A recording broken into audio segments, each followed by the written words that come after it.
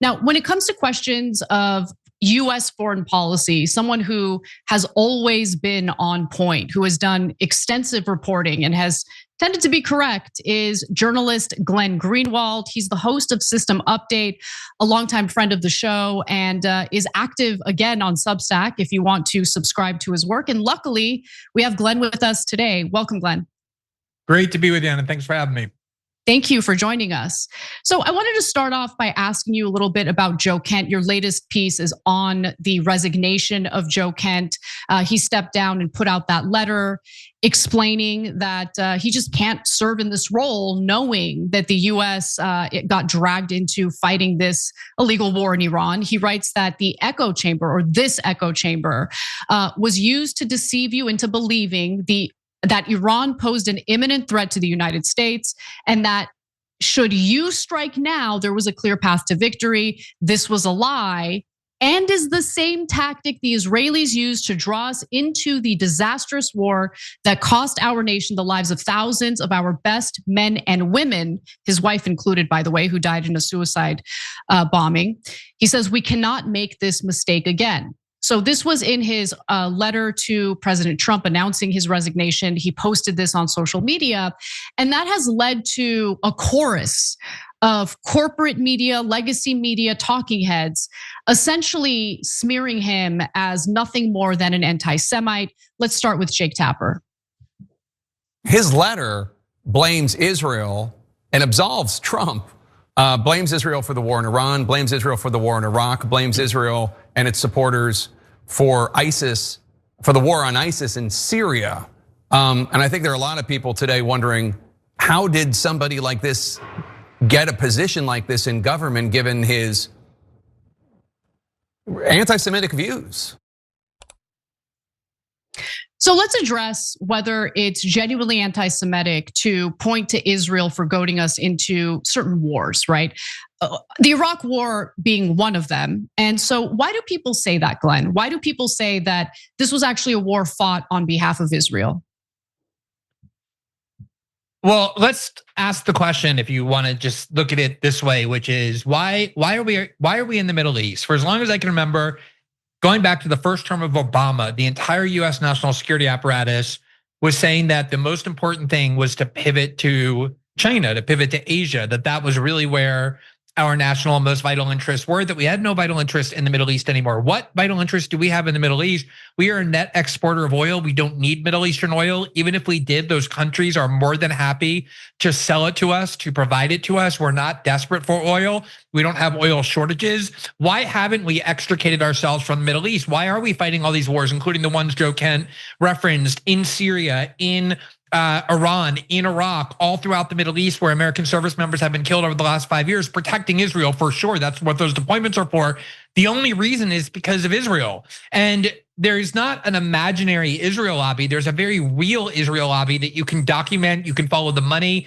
People have done that going back to John Mearsheimer and Stephen Walt, the very first people to really drag out the Israel lobby into the light in 2007. And so there's a very documented, well-reported lobby that is extremely influential in Washington, in part because of their money, but also because huge numbers of people grow up either because they're Jewish or evangelical and are taught from birth to have supreme loyalty to Israel. And this combination means that we do in fact gear a lot of our foreign policy to the protection of that foreign country and not to the interest of American citizens. I mean, I think that that's just demonstrably true. Anyone who kind of stops to think about it will realize what the reality is. Because when it comes to the aftermath of 9/11, there was a very real attempt at propaganda to convince Americans that Iraq was somehow behind 9/11, which of course we now know is definitely not true. The terror attack was essentially exploited by the Bush administration to invade a country in the Middle East that Israel saw as a threat. Israel saw Saddam Hussein as a threat. So can you explain to the audience, because it seems like ancient stuff, but it's really relevant to what's happening right now. Why did Israel at that time see Saddam Hussein and Iraq as a threat? Well, if you go back and look at the 1990s, so before 9/11, there was a movement of neoconservative thinkers, all of whom were extremely loyal to and supportive of Israel, people like Bill Kristol and Robert Kagan. and Paul Wolfowitz, who ended up at the very high level of the Bush-Cheney administration as the deputy defense secretary under Dick Cheney, Richard Pearl, the whole crew that you can go find in the 1990s arguing that the United States should have gone and taken out Saddam. And at the time, it wasn't a very popular policy view. It was really confined to this small group of people who were constantly going back and forth to Tel Aviv. And they viewed Saddam Hussein in the middle of the Middle East as a major enemy of Israel, as did Benjamin Netanyahu, like he said when he came to the US Congress in 2002 to urge the United States to go and invade Saddam Hussein and change the regime and promise there'd be freedom and democracy and peace spreading throughout the region, because Saddam Hussein was an adversary of Israel. He did not want to be one of those Arab puppet states that we had installed throughout the region that served Israel's interests, like the people in Egypt or Saudi Arabia or throughout the Persian Gulf. And they viewed him as a defiant force, as a counterbalance and a counterweight to Israeli power. And what's so amazing on it is if you go and look at the people after 9/11 who did link Iraq to 9/11, and I think it's so important. We remember the Iraq War for the lies about weapons of mass destruction. The bigger lie was that Iraq had an alliance with Saddam Hussein, because Americans weren't going to support a huge war 18 months after 9/11 unless there was some connection to 9/11. And the lie that was even bigger than WMDs was that they were in bed with Al-Qaeda, that Saddam Hussein and Osama bin Laden were allies. And this was a lie spread by people like Jeffrey Goldberg when he was at the New Yorker. He just about a decade previously had gone and fought and served in the IDF. He actually served in the IDF as a prison guard, even though he was an American citizen. Up and down the media, you had these kind of people promulgating exactly these sorts of lies that we're seeing now, back then on behalf of taking out Israel's enemy in Saddam Hussein, and today doing it for the Iranian government. The connections are so vivid. It's not like you have to dig very deep or get out a chalkboard and draw them. They're right there out in the open. They really are. And I should note that Goldberg has never served in the US military, but did serve in the IDF, which is incredible, really is. Now, Director of National Intelligence, Tulsi Gabbard, actually, before we get to that, I can't help myself. I know we're kind of rewinding a little, but it's important to understand the context of what's happening today. So Syria and Libya, let's talk about that for a minute, starting with Syria. So under the Obama administration, based on what I've read, Obama began arming terrorist groups in order to help topple Bashar al-Assad in Syria, correct? Yeah, there's a WikiLeaks cable from Hillary Clinton where she says, hey, we're fighting on the side of Al-Qaeda. We were on the side of Al-Qaeda a decade after 9/11 in Syria, because Al-Qaeda was fighting to get rid of Assad. And of course, Al-Qaeda is now in power and running Syria. That's right. Okay, so I bring that up quite often on the show. I think that it's just an epic injustice that this has happened, especially considering Al-Qaeda attacked us on 9/11. Why are we arming Al-Qaeda terrorists? In fact, in the very document that you're referring to, Jake Sullivan was messaging back and forth with Hillary Clinton, and he basically said, Al-Qaeda is they're our guys now. Okay, all right, so that happened. Al-Shara was, an Al-Qaeda terrorist. He's now the leader of Syria. How does this benefit the United States in any way? Why did we do this? Well, it's so interesting because Bashar al-Assad was definitely one of the perceived enemies of Israel. He was aligned with Iran. He was kind of in the Middle East as this transit for weapons and for intelligence and other sorts of material between Iran and Hezbollah, between Iran and potentially Hamas. This is how the Israelis perceived Bashar al-Assad. But the reality is, Bashar al-Assad was a secular leader, very pro-Western in his orientation, and his enemies were the radical Islamists that we said we were at war with after 9/11, that we restructured our entire country and went and fought multiple wars and sacrificed thousands of our soldiers' lives in order to defeat. And then suddenly we're empowering them because they're the alternative to Israel's enemy in Syria. And let's remember on as well that when he used to be called Al-Jilani before he got his makeup over and put on Armani suits and was welcomed at the White House as Al-Qaeda terrorist.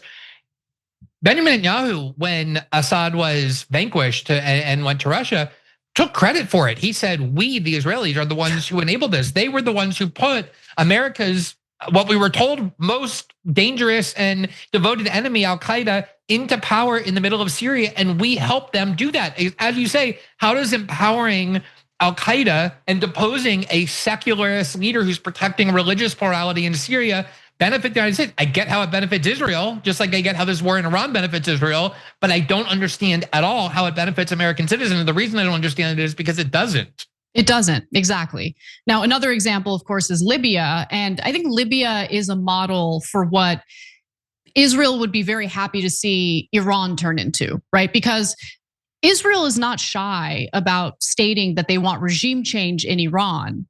But I think people mistake what Israel is saying as, oh, they actually do want, liberation for the Iranian people. They want a better regime or a better government that's going to represent the Iranian people and allow them to be free. But my view of this is that Israel would be very happy to see, the regime toppled, but for chaos to ensue, a total failed state. And that certainly happened with the overthrow and killing of Muammar Gaddafi in Libya. Now, Libya is basically a failed state. And so all these countries that were listed in that clean break memo have now been invaded.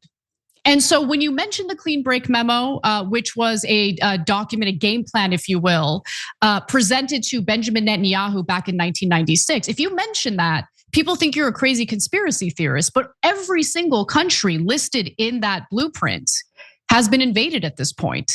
And so at what point does it end? Now, Turkey's not on that list, but we're hearing some Israeli officials state that Turkey is now a threat to us. We need to focus on what we're going to do with Turkey. At what point does this end? I think the most important thing is that people who have platforms, who have established platforms and are able to withstand attacks, and this is one of the reasons why I respect so much what you've done with your platform and what other people have done with theirs, because it answers your question directly, is we have to stand up and destroy the taboo about talking about exactly what's happening. This taboo has been maintained through extreme bullying tactics of terror. We will destroy you and your reputation. As bad as it is to stand accused of racism in American society, you can overcome that. Many people have overcome very valid accusations of racism, say nothing of every other kind. Anti-Semitism was always the third rail. If you got that label put on your forehead, you are pretty much done in decent society. And you can understand why after the Holocaust and in the years following it, why that was such a powerful accusation. And of course, like all power, it got exploited and commandeered for other agendas, the other agenda specifically being that everybody had to submit to the interest and dictates of the Israeli government and to their loyalists inside the United States who are American citizens but have loyalty to a foreign power.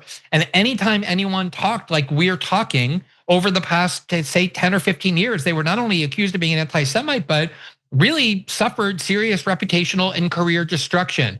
All of that changed with October 7th. Too many Americans, too many young people around the world saw the true face of Israel, the real relationship between the United States and its support for Israel, and it was no longer sustainable anymore to keep the lid on that, and it's all exploded. And that's what needs to happen on it, is like people need to see the truth, and to see the truth, people need to be less afraid about talking about Israel and its toxic influence inside the United States, and to be willing to be called anti-Semite by these very well-funded groups, by these orchestrated sleazy online campaigns that will try and destroy your reputation, just try and destroy your name, anything else.